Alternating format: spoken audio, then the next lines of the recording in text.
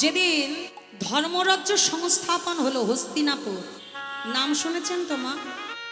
কুরুক্ষেত্র যুদ্ধের পরে কুরুবংশ যদুবংশ ধ্বংস হওয়ার পরে যখন হস্তিনাপুর ধর্মরাজ্যে সংস্থাপন হলো, জ্যেষ্ঠ দাদা অর্থাৎ যুধিষ্ঠির অর্জুনকে ডেকে বলল, ভাই এই রাজ্যটা যখন ধর্মরাজ্যে পরিণত হয়েছে, এই রাজ্যে তুমি একবার ভালো করে ঘুরে দেখো, যদিও কোথাও কোনো পাপী থাকে সেই পাপীকে তুমি বিনাশ করে তবে ঘরে ফিরবে, কেননা এই ধর্মরাজ্যে আর কোনো পাপীকে আমি জায়গা দিতে চাই না। যাও, আমি তোমায় আদেশ করছি, যে পাপী থাকবে সেই পাপীকে তুমি বিনাশ করে তারপর ঘরে ফিরবে। নিতাই গৌর হরি বল। ও মায়েরা, এখন অর্জুন পৃষ্ঠদেশে তুন নিয়েছে, তুন ভর্তি বানও নিয়েছে, এবার চলেছে কোথায় আছে সেই পাপী, কিন্তু আর তো কোনো পাপী নেই, তাহলে পাপী পাবে কোথায়? এখন সকাল সকাল বাবা গঙ্গার ধারে গিয়ে দেখে একদল পতিতা, চেনেন মা পতিতা? যাকে বলা হয় বার বনিতা, যাদের এক কথায় বলা হয় বেশ্যা, যে কথা বললে আমরা ভালো বুঝবো, পতিতা গণিকা। সেই পতিতা, একদল পতিতা, তারা গঙ্গায় যাচ্ছে স্নান করতে, অবগাহন করে গঙ্গা স্নান করে শুদ্ধ পবিত্র হবে। এখন মা অর্জুন মনে মনে ভাবলেন, এই তো তাহলে সেই মহাপাপীর দল, এই পাপীকে বিনাশ করলেই রাজ্যটা একবারে সুন্দরভাবে চালনা করতে পারবো, ধর্মীয়ভাবে এখানে আর কোনো পাপী থাকবে না, সব বিনাশ হয়ে যাবে। এখন যেই নাকি মা তুম থেকে বানটা বাহির করে উদ্যত হয়েছে তাদেরকে বান নিক্ষেপ করবে, বলে, হে পতিতাগণ, তোমরা প্রস্তুত হও, রাজা যুধিষ্ঠিরের অনুমতি, তার আদেশ, এই রাজ্যে কোনো পাপী থাকতে পারবে না, তাই প্রাণদণ্ড নেওয়ার জন্য প্রস্তুত হও। এখন ওই বনিতার দল মানে পতিতাগণ একটু মৃদু হেসে বলছে, সে কি রাজন, যদি এটাই আদেশ হয় আমরা নির্দ্বিধায় নির্ভয়ে প্রাণ দান করব, কিন্তু প্রাণ দানের আগে আমাদের একটা অনুরোধ। কি?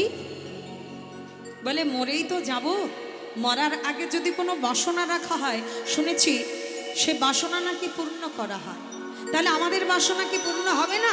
বলে, হ্যাঁ নিশ্চয়ই হবে। বলে, দেখো, এই যে আমরা সকাল সকাল গঙ্গা স্নানে এসেছি, এই গঙ্গা স্নান করে যখনই উঠে আসবো তখনই তুমি আমাদের পক্ষে বাণ নিক্ষেপ করবে, আমাদের কোনো দ্বিধা নেই। বলে, বেশ তাই হোক। এখন মা যেই নাকি বাণ নিক্ষেপ করতে যাবে, হ্যাঁ, সঙ্গে সঙ্গে পতিতার দল তো বলে উঠেছে, তো পতিতাগণকে সময় দেওয়া হলো ওই গঙ্গা স্নানের। এখন গঙ্গা স্নান করে উঠে এসে যেই বাহুটা প্রসার করে দিয়েছে, এই দেখো আমরা তোমার সম্মুখে দাঁড়িয়ে আছি, এবার তুমি তোমার ক্রিয়া করো। যেই না মা বাণ নিক্ষেপ করেছে, সে বাণের কাজ আর হলো না, বাণ ঘুরে তুনের মধ্যে ফিরে এসেছে, বাণের কোনো ক্রিয়া হলো না। বলে, কারণটা কি? যে পতিতার দলকে আমরা সকলে অস্পৃশ্যা ঘৃণিত চোখে দেখি, যাদের আমরা স্পর্শ করে দেখি না, আর সেই পতিতা কাজ হলো না কেন? তাহলে গঙ্গা স্নান করে যখন উঠে এসেছে, নিশ্চয়ই ওই গঙ্গার পবিত্র জলের ছোঁয়া পেয়ে, স্পর্শ পেয়ে ওই পতিতার সমস্ত পাপ ওই গঙ্গাই বহন করেছে। এখন যেই বাবা উদ্যত হয়েছে যে গঙ্গা যদি থাকে এই মর্তধামে, হ্যাঁ, তাহলে গঙ্গা যতদিন থাকবে ততদিন পাপী থাকবে না, আর সমস্ত পাপ ওই গঙ্গার মধ্যে গিয়ে সবাই রেখে আসবে। গঙ্গাই হলো মূল পাপী। যেই নাকি গঙ্গার দিকে উদ্যত হয়েছে, শোষণবার নিক্ষেপ করবে, মানে গঙ্গার সমস্ত জল শুকিয়ে দেবে, এমন সময় দেখে একজন সাধু হরিনাম করতে করতে গঙ্গার দিকে আসতে, স্নান করতে সকালবেলা। হরে কৃষ্ণ কৃষ্ণ কৃষ্ণ হরে হরে, হরে রাম উলুধ্বনি মায়েরা, রাম হরে হরে, হরে কৃষ্ণ কৃষ্ণ কৃষ্ণ হরে হরে, হরে রাম রাম রাম হরে হরে, হরে কৃষ্ণ কৃষ্ণ কৃষ্ণ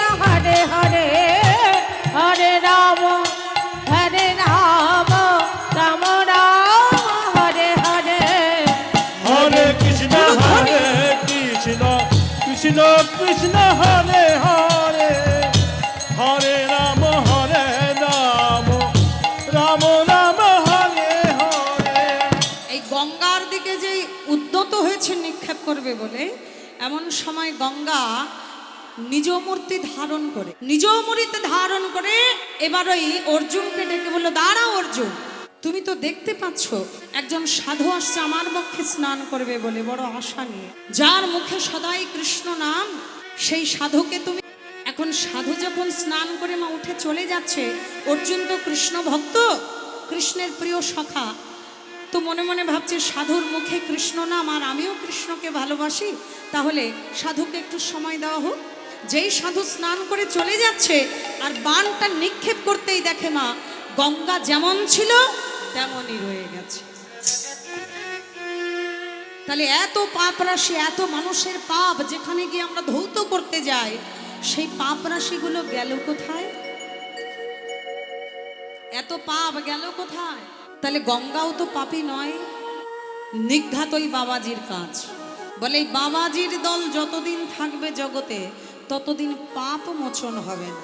তাহলে বাবাজি হচ্ছে নাটের গুরু, ওই বাবাজিকে বানটা নিক্ষেপ করতে হবে। বলে নিঘাত উনি কিছু কাজ করে চলে গেছে। হরি বল, হরে কৃষ্ণ।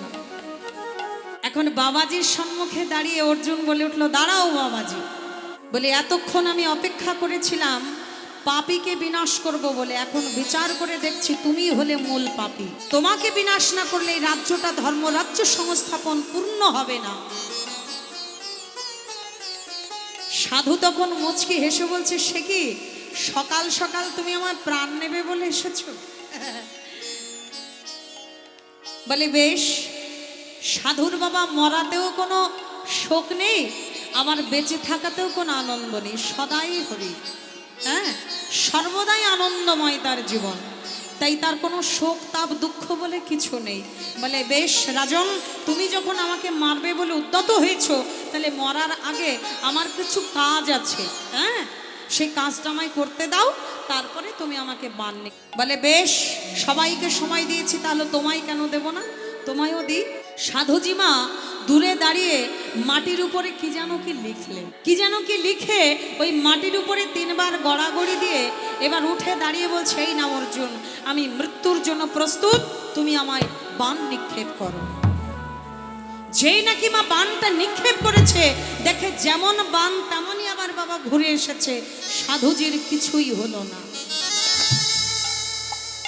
অর্জুন মনে মনে ভাবছে, আমি তো খুব সংকটে পড়ে গেছি, যেখানেই যা করতে যাচ্ছি সেখানেই আমি না না না, আমার মনে হয় ওই সাধু যে মাটির উপরে কি যেন কি লিখলো, অঙ্কন করলো, ওই মাটিতে নিশ্চয়ই কোনো মন্ত্রপুত করেছে, নিশ্চয়ই মাটির মধ্যে কিছু কারসাজি করেছে, তাহলে যেখানে লেখালেখি করেছে ওইখানে আমি বানটা নিক্ষেপ করবো। নিতাই গৌর হরি।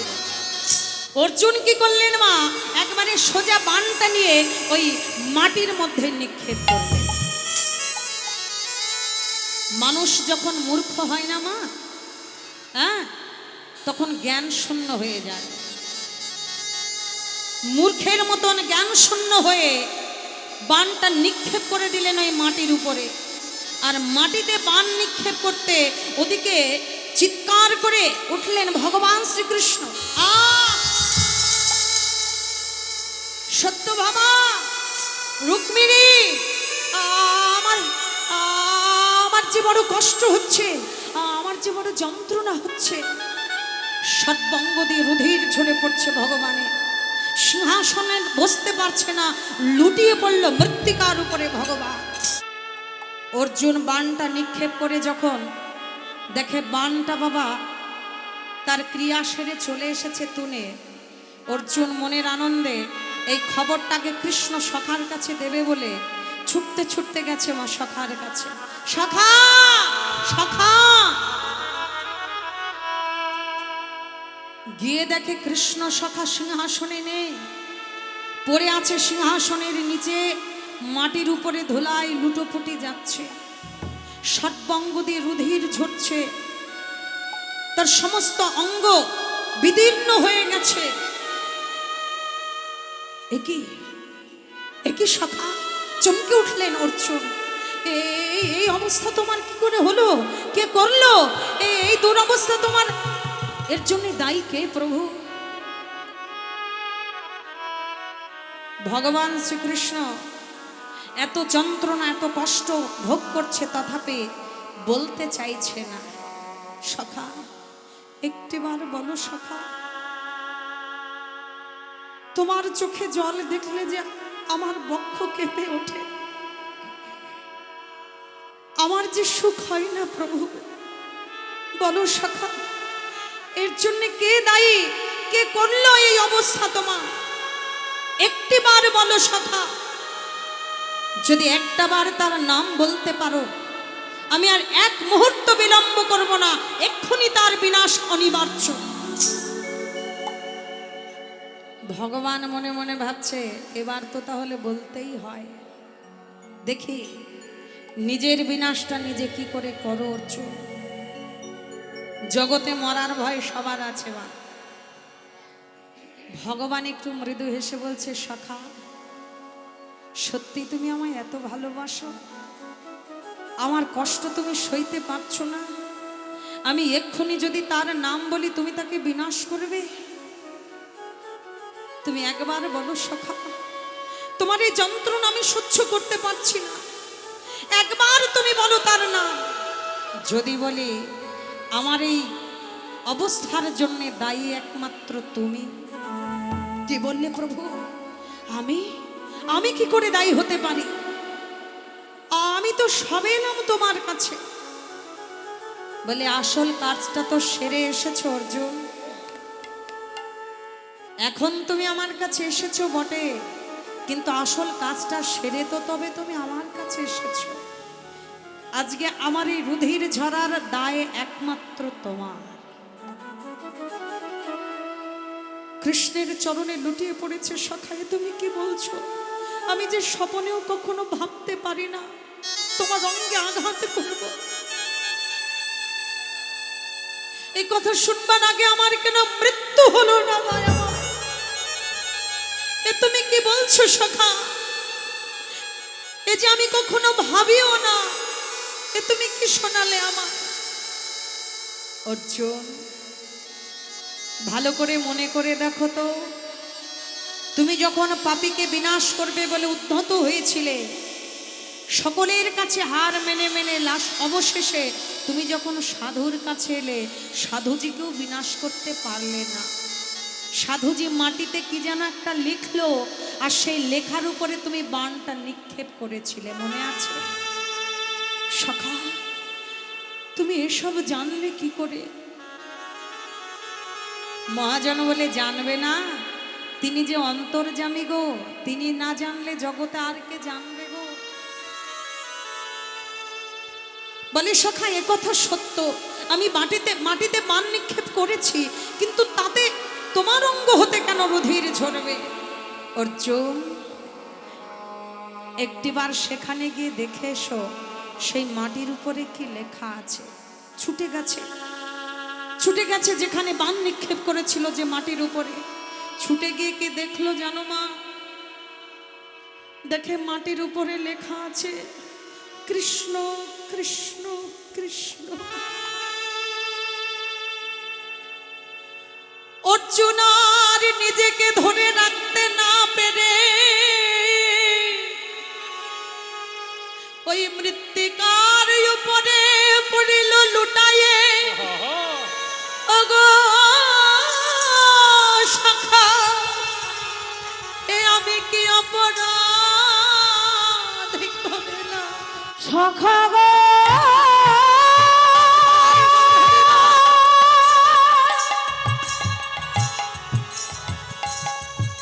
আমি কি অপরাধে অপরাধী,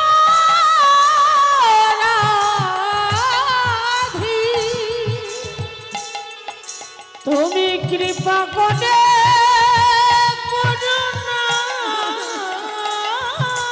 করে আমায় তুমি ক্ষমা করে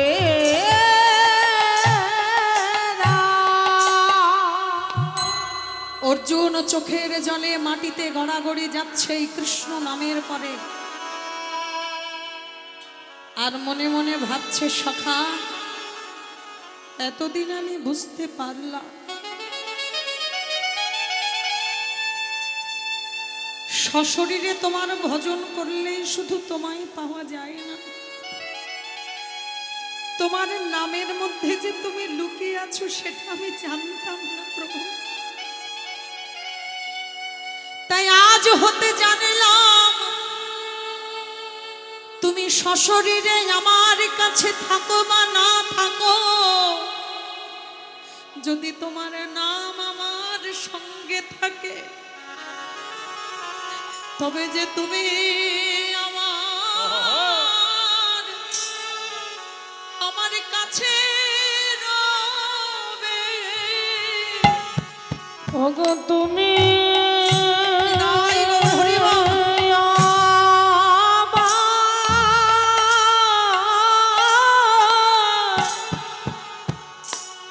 আমার কাছে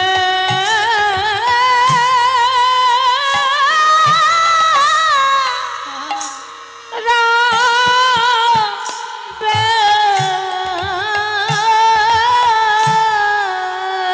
আমি এতদিনে জানলাম যেই নাম সেই কৃষ্ণ, সদাই তুমি নামের মাঝে থাকবে। আমি শুনেছি যে না সে কৃষ্ণ। ওগো তুমি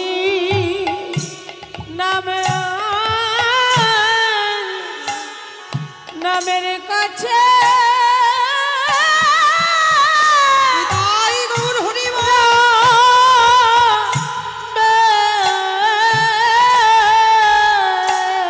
আমি এতদিনে বুঝলাম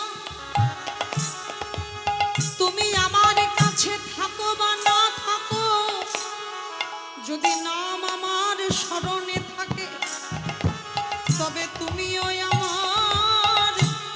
আমার কাছে থাকবে। তুমি আমার কাছে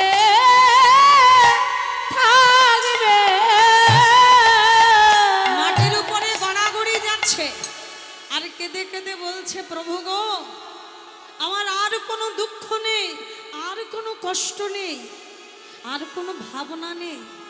আমি এতদিনে জানলাম যে নাম সেই কৃষ্ণ, ভজনিষ্ঠা করি নামের সহিতে আছে ওগো আপন শ্রীহরি। তাই নামকে যদি কেউ আঘাত করে সরাসরি সেই আঘাতটা বাবার নামের গায়ে গিয়ে লাগে। এই জন্য মা নামের মধ্যেই তিনি লুকিয়ে আছে।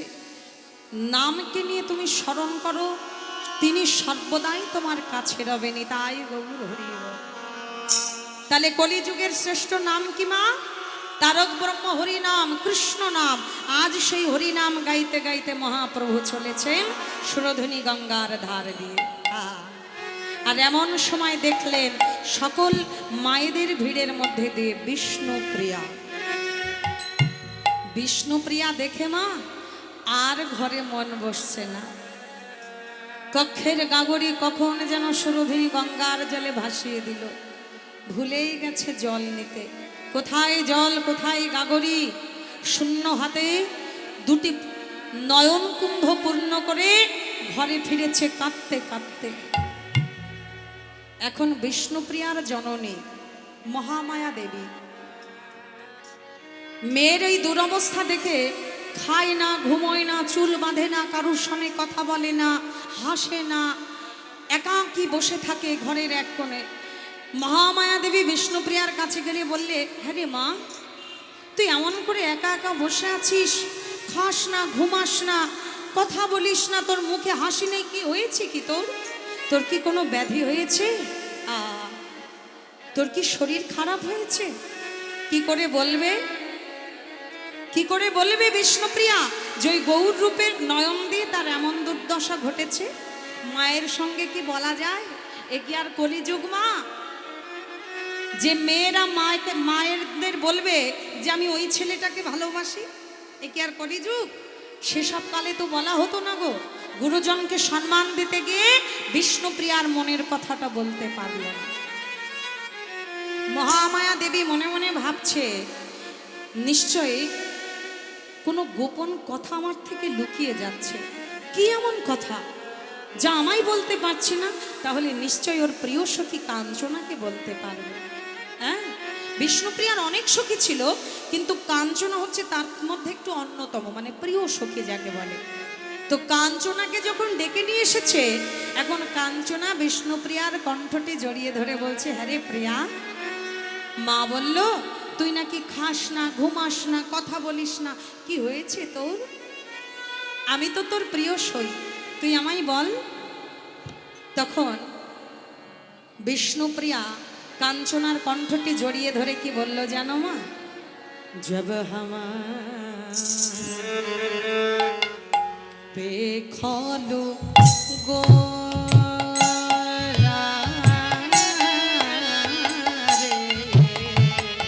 ওগো জগ ভামা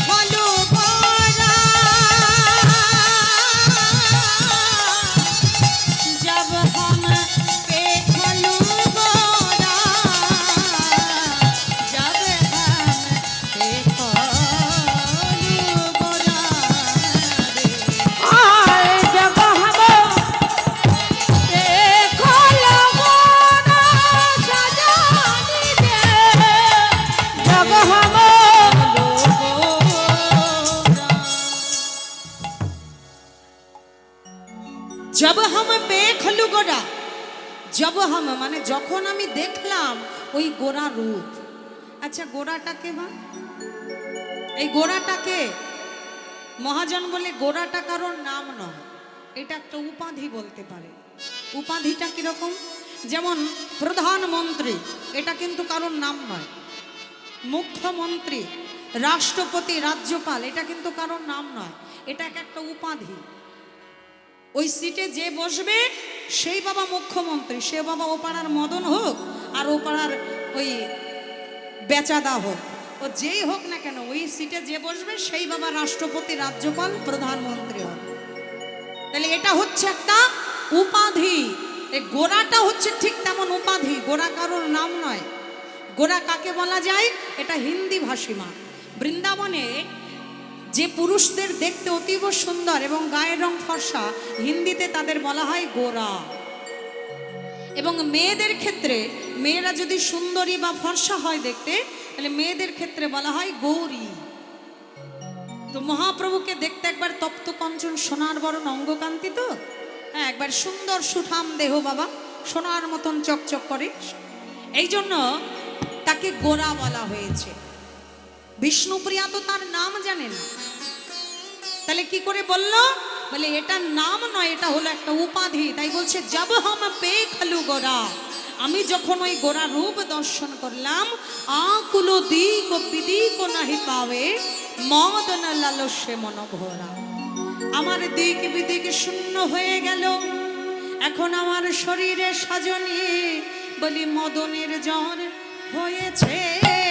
মদনের জ্বর হয়েছে।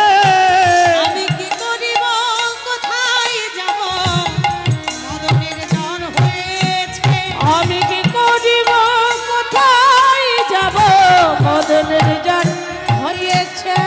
মায়েরা বলবে টাইফয়েড জ্বর নাম শুনেছি, ডেঙ্গু ম্যালেরিয়া শুনেছি, মাঝখানে অনেক দিন আগে চিকনগুনিয়া নাকি একটা জ্বর উঠেছিল সেটাও শুনেছি, তাই না? তো এক একটা রোগের বাবা এক একটা ক্ষতি। যেমন ডেঙ্গু হলে রক্ত শূন্য হয়, তাই তো? চিকনগুনিয়া হলে বাবা গাঁটে গিটে ব্যথা হয়। তো এইরকম এক একটা জ্বরের এক এক রকমের সিমটম আছে। তাহলে মদন জ্বরটা কি বাবা জীবনে তো নাম শুনিনি। আর এই জ্বর হলে কি হয়? আগেকার দিনে শুনতাম, হ্যাঁ, ঠাকুমা দিদিমারা বলতেন কালা জ্বর বলে কি একটা জ্বর ছিল, কালা জ্বর। এই কালা জ্বর যার হতো তার জ্বরটা শেষ হওয়ার সময় কোনো না কোনো একটা অঙ্গহানি হতো, হয় কানে কালা, নইলে চোখ অন্ধ হবে, নইলে ব্রেন খারাপ হয়ে যাবে, এরকম কিছু একটা হতো। হরি বল। বলে বাবা সে তো তবুও ভালো, একটা অঙ্গ নিয়ে যায় তো বাকিগুলো ভালো রাখে। আরে মদনের জ্বর যার একবার প্রবেশ করে মা, হ্যাঁ, তার কোনো অঙ্গ আর ভালো থাকে না, সর্বঙ্গ শিথিল হয়ে যায়। নিতাই গৌর হরি বল। তার কোনো অঙ্গে আর কাজ হয় না মা। হ্যাঁ, চক্ষু, কর্ণ, নাসিকা, জিহ্বা, ত্বক, যতগুলো ইন্দ্রিয় আছে সমস্ত ইন্দ্রিয় একবারে অকেজ হয়ে যায়। মদনের জ্বর যার একবার হবে। নিতাই গৌর হরি বল। তো এই জ্বরটা কার হয়েছে? এই জ্বরটা হয়েছে বিষ্ণুপ্রিয়া। আমি কি করিব কোথায় যাব গোনারে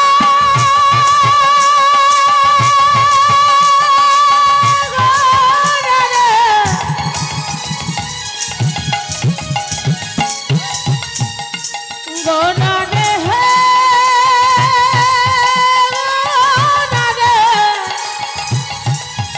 গোনারে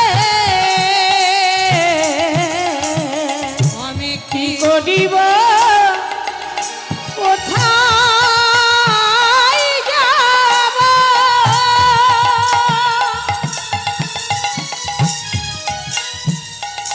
গোরায়ণ রাগে অগণন ক্ষণ গোরারূপ আমার হেয়ার মাঝে জাগে। আমার অনুক্ষণ গোরারূপ হিয়া মাঝে জাগে। আমি যেদিকে যাই সেদিকেই দেখি, যেদিকে যাই সেদিকে দেখি।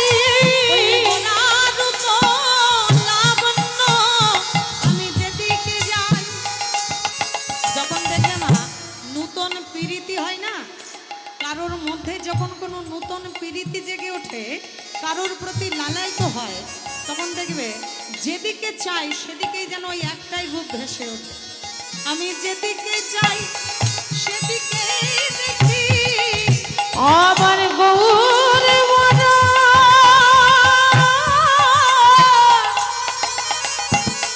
মুনতি খানি আমি যেদিকে চাই সেদিকে দেখি। আমার গোরারূপ মাধুরী আমি যেদিকে চাই সেদিকেই দেখি। আমার গোরার মাধুরী যেদিকে চাই সেদিকেই দেখি। আমার গোরার মাধুরী আদার তাই তো ধরিব। যেদিকে চাই সেদিকে রে গোরার মুরতি যেদিকে চাই সেদিকে রে আমি যেদিকে চাই সেদিকে রে। ও গো গোরা গোরা কবি মোর, আজি কি হইল ব্যাধি। গোরা গোরা কলি মন কি হইল ব্যাধি। ও গো গোরা গোরা কবি মোর, কি হইল ব্যাধি। আর গোরা গোরা বলি মন কি হইল ব্যাধি। হচ্ছে মা। সর্বদাই ওই একই নাম, একই জ্ঞান, একই ধ্যান। বলি এই নাম, এই একই জ্ঞান ধ্যান যদি আমাদের হতো, তাহলে বোধহয় আজকে এমন করে আর কাঁদতে হতো না মা। এই আমার আমার করে যেমন করে কাঁদছি না, এই এমন করে বোধহয় আর মায়ার কান্না কাঁদতে হতো না। যদি তাকে ভালোবেসে বিষ্ণু প্রিয়ার মতন করে পাগল হতে পারতাম, তাহলে এই মায়ার কান্না বোধহয় আমাদের কাঁদতে হতো না। মহাজন বললে এই পীড়িতিটা যার মধ্যে হয় তার এমনইটা হয়। বৈষ্ণব পদকর্তা কলম দিচ্ছেন, গৌরাঙ্গ পীড়িতি খানি বড়ই বিষম, গৌরাঙ্গ পীড়িতি খানি বড়ই বিষম, গৌরাঙ্গ পীড়িতি খানি বড়ই বিষম, আরে গৌরাঙ্গ পীড়িতি খানি বড়ই বিষম। বাসু কহে নাহি রহে কুলের ধরম, বাসু কহে নাহি রহে কুলের ধরম, বাসু কহে, বাসু কহে, বাসু কহে নাহি রহে কুলের ধরম, বাসু কহে নাহি রহে কুলের ধরম। মোহনে বাস কহে কুলের ধরম রে, বাস কহে।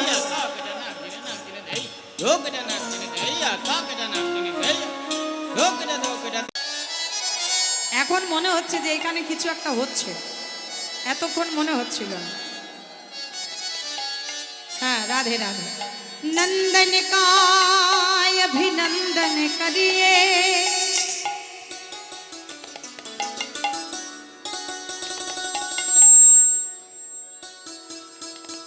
এই যে ও মায়েরা, অন্যদিকে মন দিলে হবে না। বৃন্দাবন লীলার দিকে যাচ্ছি, মনটা কিন্তু চিত্ত এখানে নিবেশ করে দিতে হবে। नंदन का अभिनंदन करिए, चित संचित कर बंदन करिए, भद्रष्टमी रैन अंधियारे, वसुदेव देव के दुलारे, कृष्ण रूप विष्णु अवतारे, श्री चरणन में बंदन करिए, नंदन का अभिनंदन करिए। हाँ मायरा, हाँ मायरा, ताले ताले करो ताले, केमन केमन झूले झूला झूले रे नंदना, यसमती मैया का गोपाल, हरि बोल। झूले झूले झूला झूले झूले गे नंदलाल, जसमती मैया का गोपाल, झूला झूले झूला झूले झूले गे नंदलाल, हरि बोल। का गोपाल, झूला झूले झूले गे नंदलाल, हरि बोल। जसमती मैया का गोपाल।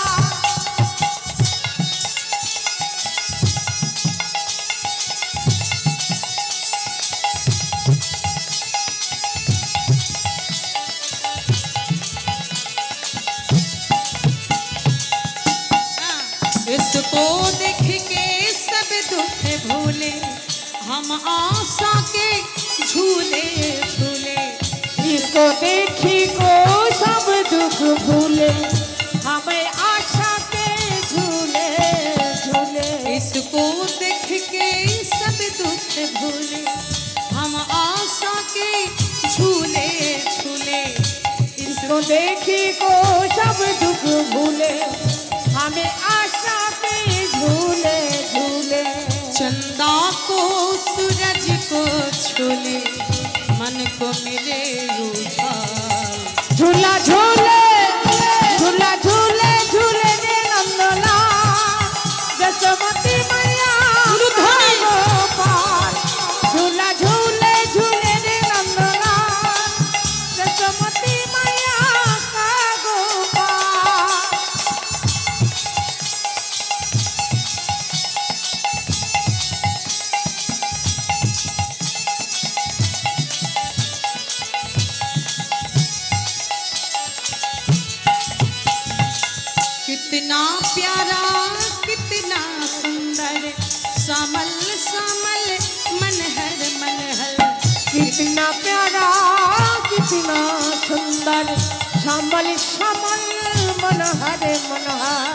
इत मुस्कान रहे अधयुत पल इसकी नयन विशाल। झूला झूले झूला झूले रे नंदलाल जसमती मैया का गोपाल। झूला झूले झूले रे नंदलाल जसमती मैया का गोपाल।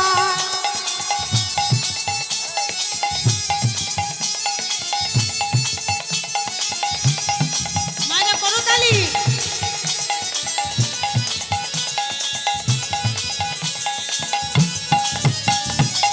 इसको देख के ममता जागे इसके आगे शीश भी झुके।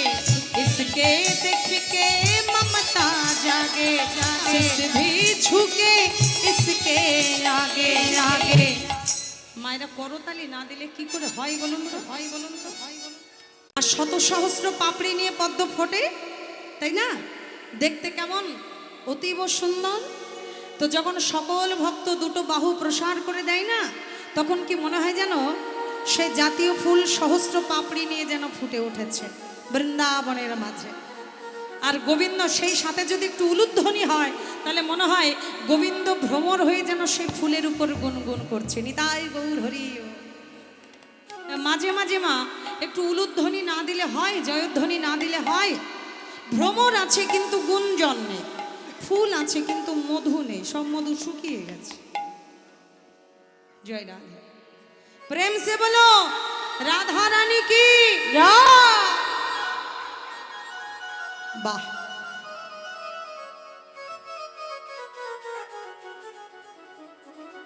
আজ এই শেষধাম বৃন্দাবনে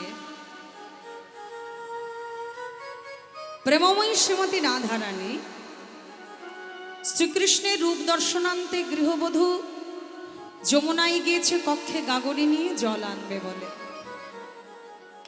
হ্যাঁ, এখন সেখানে গিয়ে দেখছে নিপহু মূলে। নিপহু মানে বোঝেন মা?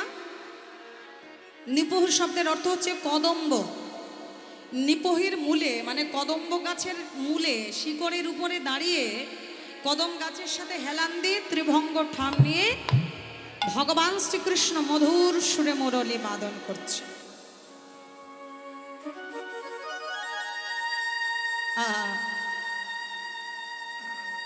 এমন সুরে মধুর বাদন করছে যে বাদন শুনলে ব্রহ্মার পর্যন্ত ধ্যান ভঙ্গ হয়ে যায়। বিকশিত হয় কদম্বের ফুল আপনা হতে। যে ধ্বনি শ্রবণ করলে যমুনার জল উজানে প্রবাহিত হয়, পাষাণ গলে জল হয়ে যায়।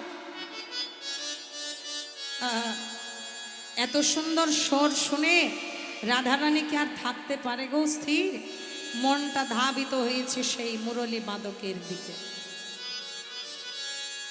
বিমুখ শিখর সে ধারা ধায়ে हरि सम्मुख लाए बांसुरिया हरि सावरिया की राधा गोरी सुनवा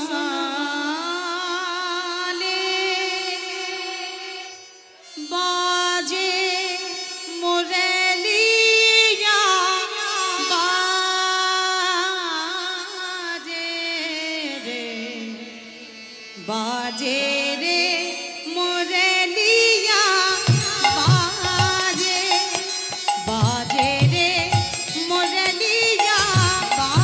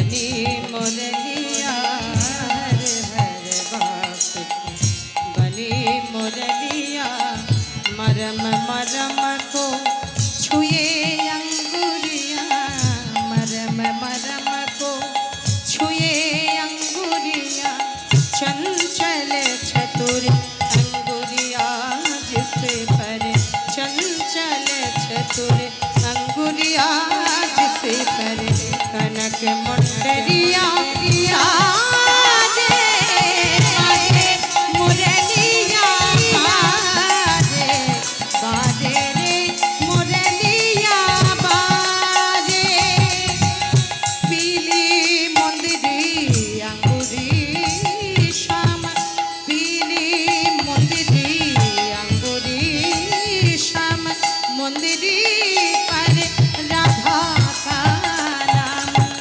आखर देखे सुने मधुर स्वर आखर देखे सुने मधुर स्वर राधा गोरी लाजे बाजे मुरलिया बाजे बाजे रे मुरलिया बाजे रे मुरलिया बाजे रे मुरलिया बाजे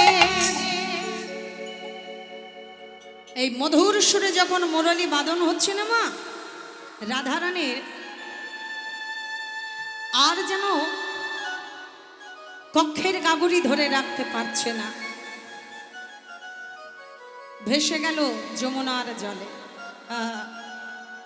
শূন্য হাতে রাধারানী ঘরে ফিরে এসে ঘরের এক কোণে বসে বসে আর কিছু ভালো লাগে না, মন ধেয়ে চলেছে সেই রূপের প্রতি। যে রূপটা দেখে এসেছে সেই রূপের প্রতি তার মন ধেয়ে চলেছে।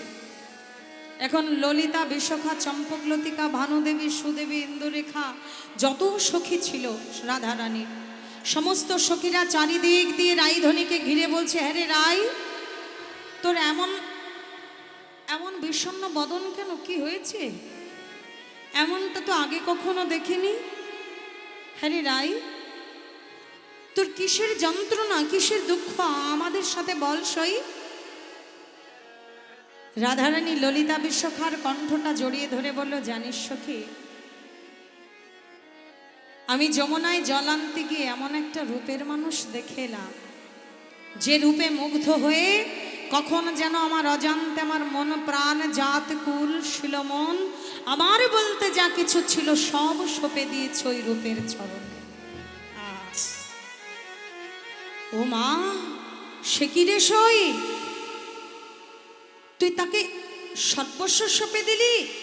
হায় হায় হায় হায়, তুই না কুলের ঝি, তুই না কুলের বউ, তোর এই কাজ করাটা কি ঠিক হলো?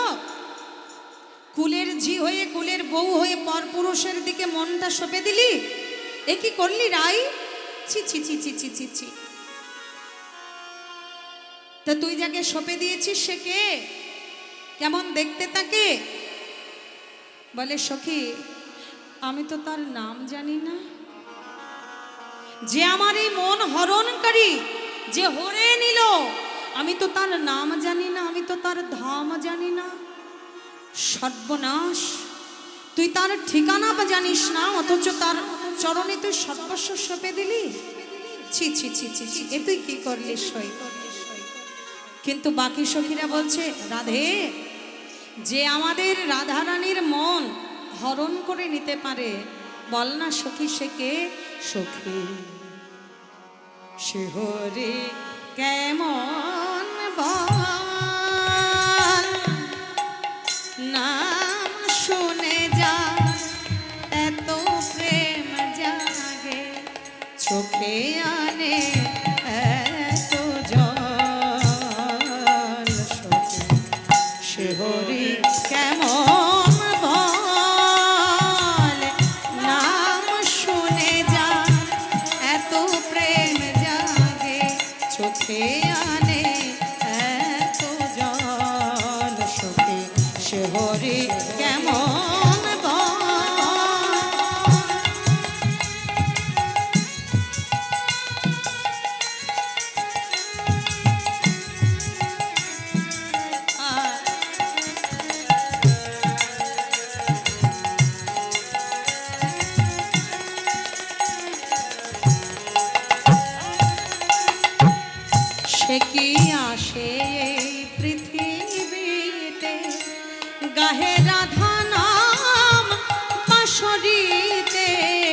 সে কি আসে এই পৃথিবীতে, গাহে রাধা নাম বাঁশরীতে, যার অনুরাগে বিরহ যমুনা, যার অনুরাগে বিরহ যমুনা হয়ে ওঠে চঞ্চল। সখী শিহরি কেমন বা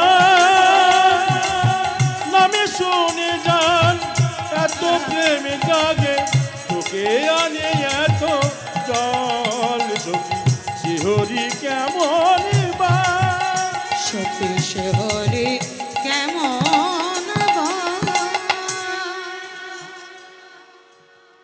রায়ধনী বলে সজনে সজনে, তার কথা আমি কেমন করে তোদের বলি। তার এমনই রূপ যে রূপের কোণে ত্রিভুবনকে ডুবিয়ে দিতে পারে। এই জন্যই তো আমার আক্ষেপ, যে রূপের কোণে ত্রিভুবনকে ডুবিয়ে দিতে পারে, সেই রূপের চরণে আমি সর্বস্ব সঁপে দিলাম। অথচ তাকে আমি চিনি না, আমি জানি না, তার আমি নাম ধাম পরিচয় কিচ্ছু জানি না। এখন আমি কি করি বলতে পারিস সখী? একে আমার অল্প বয়স। কি গো মায়েরা, তোমাদের মনটা কোন দিকে উড়ু উড়ু করছে শুনি? ঘরের দিকে না প্রসাদের দিকে? প্রসাদের ব্যবস্থা আছে? আছে? হ্যাঁ, ওই জন্যই বাবা সর্বনাশটা হয়েছে। কমিটির দাদারা যদি আগে থেকে বুদ্ধিটা করে কীর্তনের শেষে প্রসাদের ব্যবস্থা রাখতো, তাহলে আর এই কাজটা হতো না। কিন্তু প্রসাদ চলতেই আছে, চলতেই আছে, আর ভক্ত বাবা যেচ্ছে আসছে, যেতেই আছে। হ্যাঁ, হরি বল, হরে কৃষ্ণ। তো যাই হোক মা, বেশি আক্ষেপ আর আপনাদের কাছে আর করবো না। কেননা এই জগতে মা আক্ষেপের কথা, দুঃখের কথা শুনবার মতন ভক্ত বাবা খুব কমই মেলেনি। তাই গৌর হরি বল। এ দুনিয়ায় এখন তো আর সে দুনিয়া নাই, মানুষ নামের মানুষ আছে, দুনিয়া বোঝায়। এই মানুষের ভিড়ে আমার সেই মানুষ না। আর এ দুনিয়ায় এখন তো আর সেই দুনিয়া নাই, মানুষ নামে মানুষ আছে, দুনিয়া বোঝায়। এই মানুষের ভিড়ে আবার সেই মানুষ না। ও এখন তো হয় দারুণ সময়, বদলে গেছে দিন, কেউ আমারে চায় না দিতে একটু সময়ের। আজকাল জগতে মা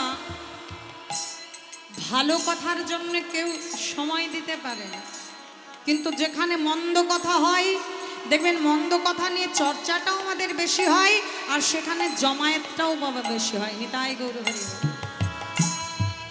যেখানে ফাংশন হচ্ছে, হ্যাঁ, সেখানে দেখবেন মানুষের ঢল নামে বাবা ভিড়ে জায়গা পাওয়া যায় না।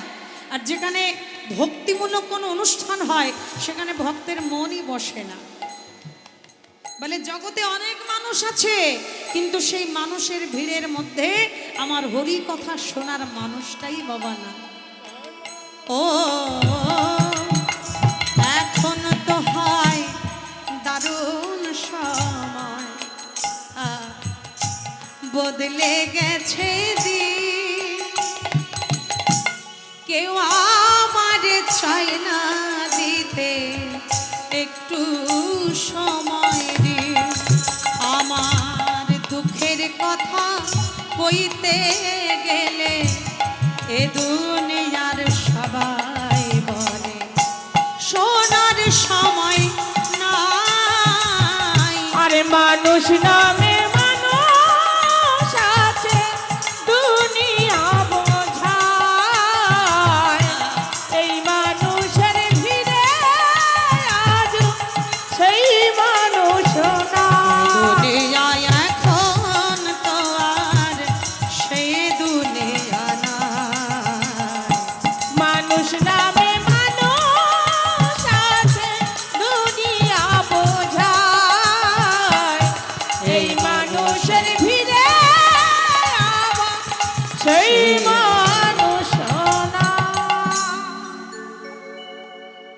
তাহলে মানুষের আকৃতি নিয়ে এসেছি বটে, কিন্তু এখনো মানুষ হতে পারলাম না।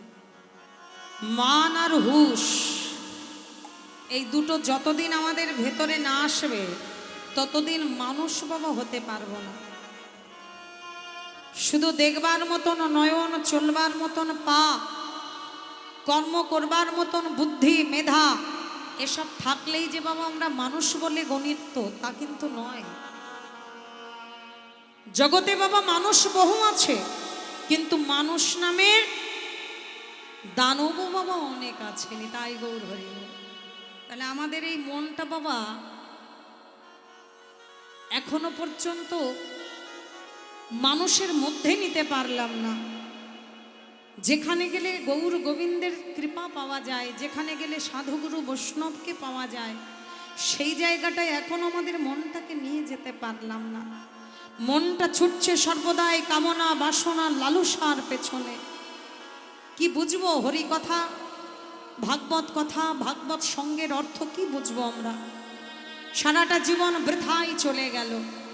তাই আজকে রাধারানীর বড় আক্ষেপ যে আমি যাকে দেখে এলাম তাকে আমি চিনি না, জানি না, অথচ তাকে সব সঁপে দিলাম। সজনী রে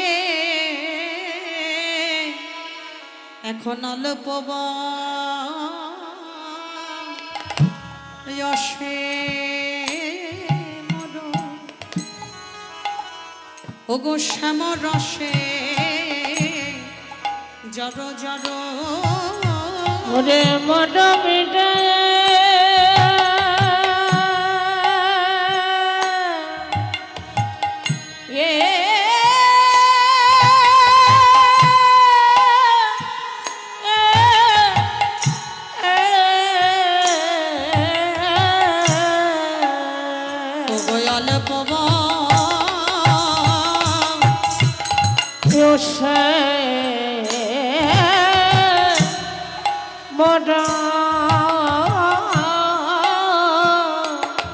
স্বামীর আছে জর জর আমার না জানি কি সজনী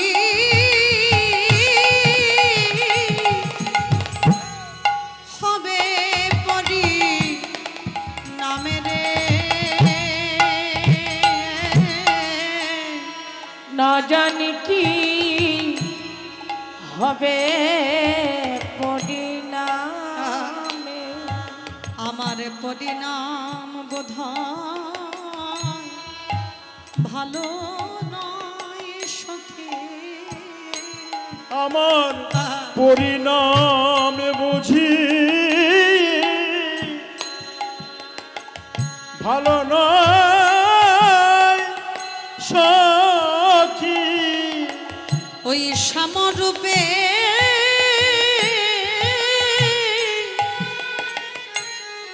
আমার নয়ন দিয়ে আমার এই পরিণাম বোধ ভালো নয় সখী। ওই শ্যামরূপে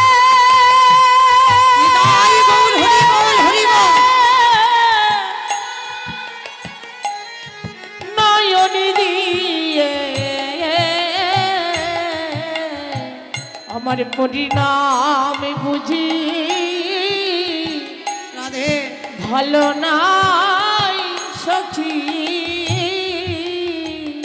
আমি যদি চলে যাই পথে আমার সামনে যায় সাথে সাথে। আমি যদি চলি যাই পথে আমার স্বামী যাই মন সাথে সাথে। ওগো চরণে চরণ ঠেকা ইয়া গো চরণে চরণ ঠেকাইয়া আমি যদি নয়ন মোদে থাকি ওরে সজনে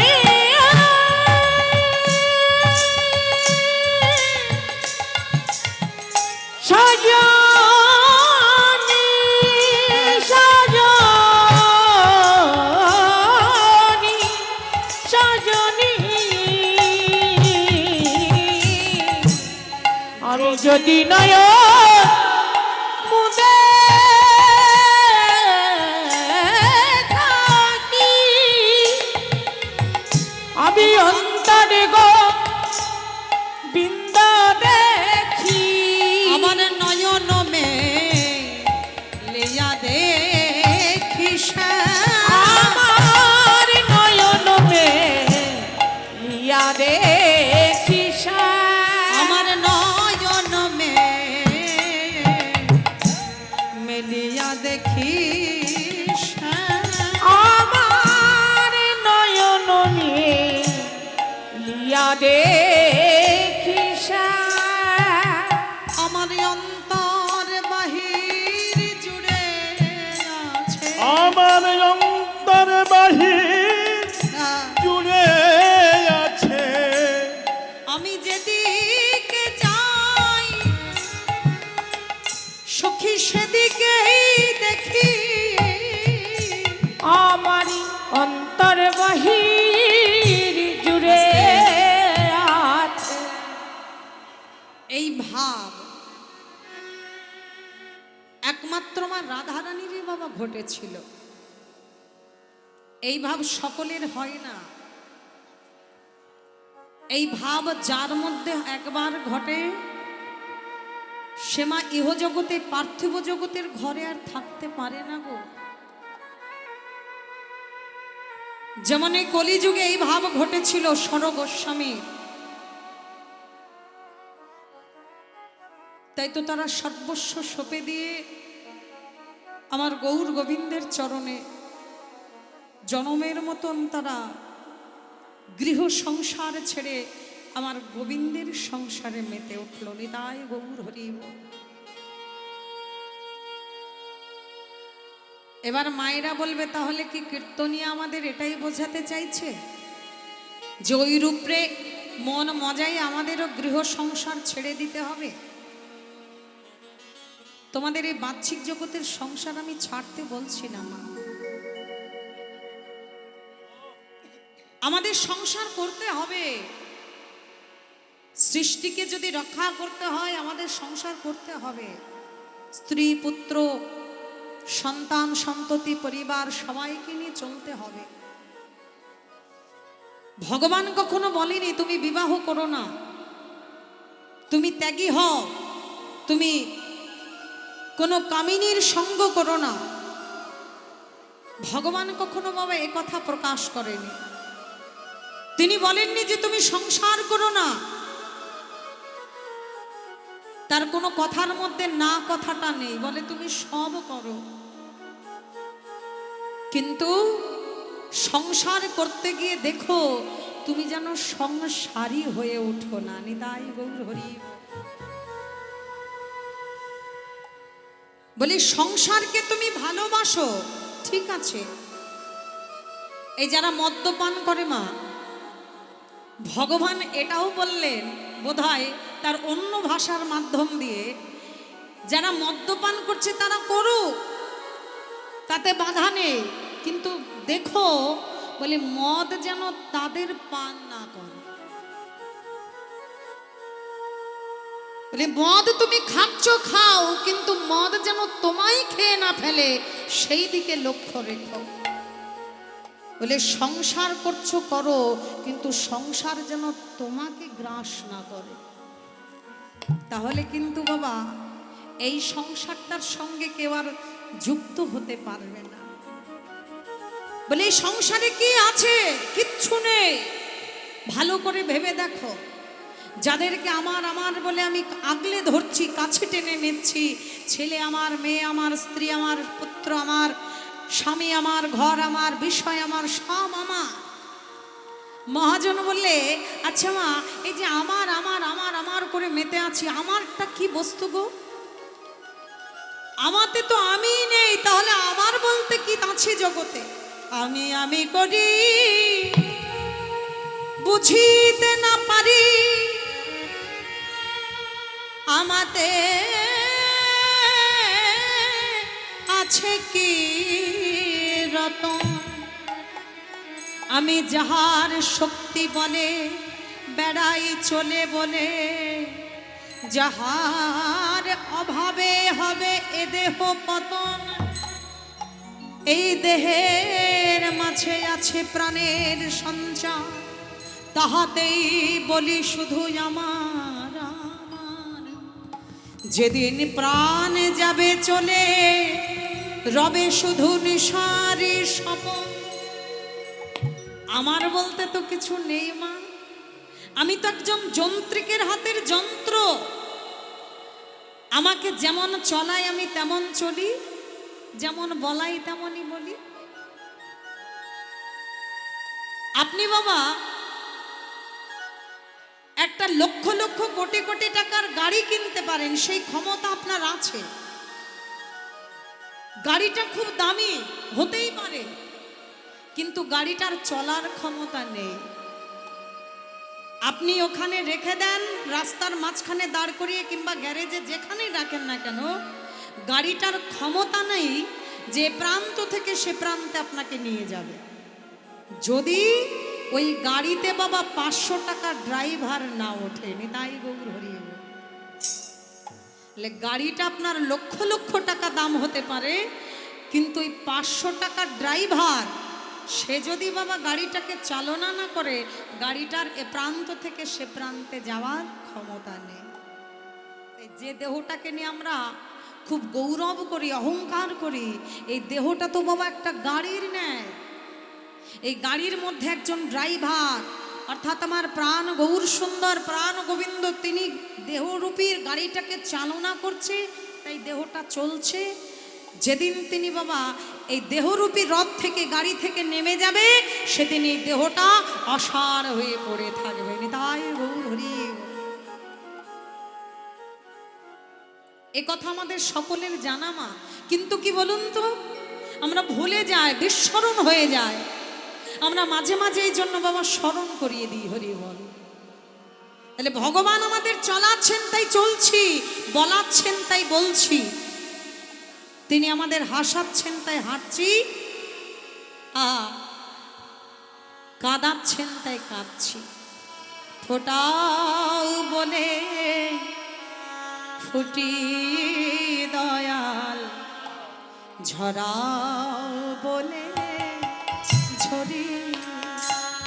তুমি ফোটাও বলে ফুটি দয়াল, ঝরাও বলে ঝরি। তুমি হাসাও বলে হাসি দয়াল, কাঁদাও বলে কাঁদি। তুমি ফোটাও বলে নিতাই গৌর হরি বল। দয়াল ঝরাও বলে ঝরি। তুমি হাসাও বলে হাসি দয়াল, কাঁদাও বলে কাঁদি।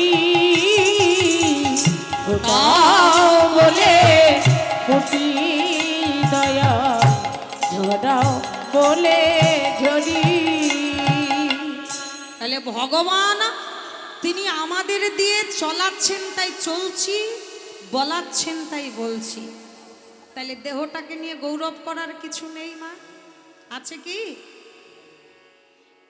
তাহলে যে দেহটাকে নিয়ে গৌরব করার কিছু নেই, সেই দেহটাকে নিয়ে কেন এত গৌরব, এত অভিমান, এত অহংকার, কেন এত দ্বন্দ্ব, এত লড়াই, এত বিদ্রোহ? বলি সকল লড়াই দ্বন্দ্ব, সকল বিরোধিতা ভুলে গিয়ে, হিংসা নিন্দা ভুলে গিয়ে, যদি রাধা রানীর মতন করে ওই চরণে শত সহস্র পাপড়ি নিয়ে পদ্ম ফোটে, তাই না? দেখতে কেমন অতীব সুন্দর। তো যখন সকল ভক্ত দুটো বাহু প্রসার করে দেয় না, তখন কি মনে হয় যেন সে জাতীয় ফুল সহস্র পাপড়ি নিয়ে যেন ফুটে উঠেছে বৃন্দাবনের মাঝে। আর গোবিন্দ সেই সাথে যদি একটু উলুধ্বনি হয়, তাহলে মনে হয় গোবিন্দ ভ্রমর হয়ে যেন সেই ফুলের উপর গুনগুন করছে। নিতাই গৌর হরি। মাঝে মাঝে মা একটু উলুধ্বনি না দিলে হয়, জয়ধ্বনি না দিলে হয়? ভ্রমর আছে কিন্তু গুঞ্জন নেই, ফুল আছে কিন্তু মধু নেই, সব মধু শুকিয়ে গেছে। জয় রাধে। প্রেম সে বলো রাধা রানী কি। বাহ।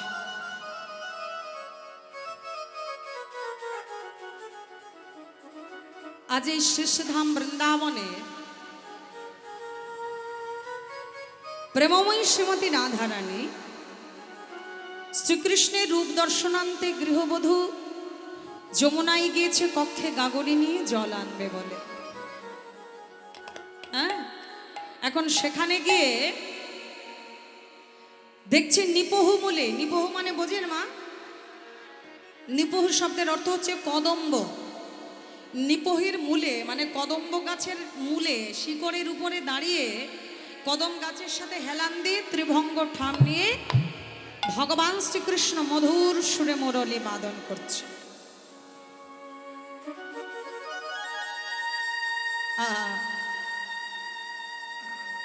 এমন সুরে মধুর বাদন করছে যে বাদন শুনলে ব্রহ্মার পর্যন্ত ধ্যান ভঙ্গ হয়ে যায়। বিকশিত হয় কদম্বের ফুল আপনা হতে, যে ধ্বনি শ্রবণ করলে যমুনার জল উজানে প্রবাহিত হয়, পাষাণ গলে জল হয়ে যায়। এত সুন্দর স্বর শুনে রাধারানী কি আর থাকতে পারে গো স্থির? মনটা ধাবিত হয়েছে সেই মুরলী বাদকের দিকে। বিমুখ শিখর সে ধারা ধায়ে हरि सम्मुख लाए बांसुरिया हरि सावरिया की राधा गोरी सुनवा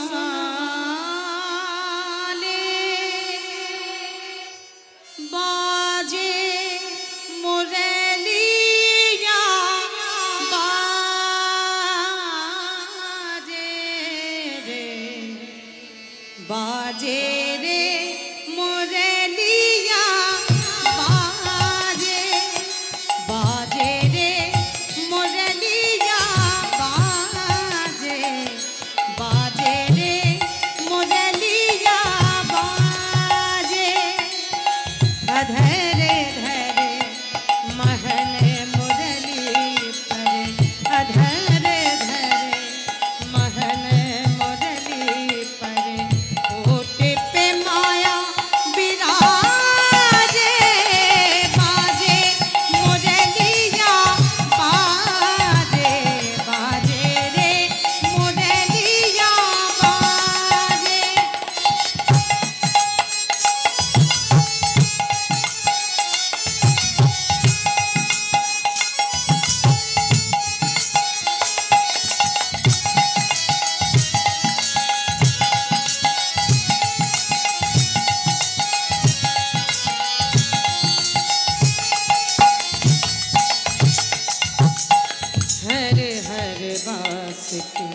बनी मुरलिया हर हर बास की बनी मुरलिया। मरम मरम को छुए अंगुरिया, मरम मरम को छुए अंगुरिया। चंचल चतुर अंगुरिया जिस पर, चंचल चतुर अंगुरिया जिस पर कनक मुंड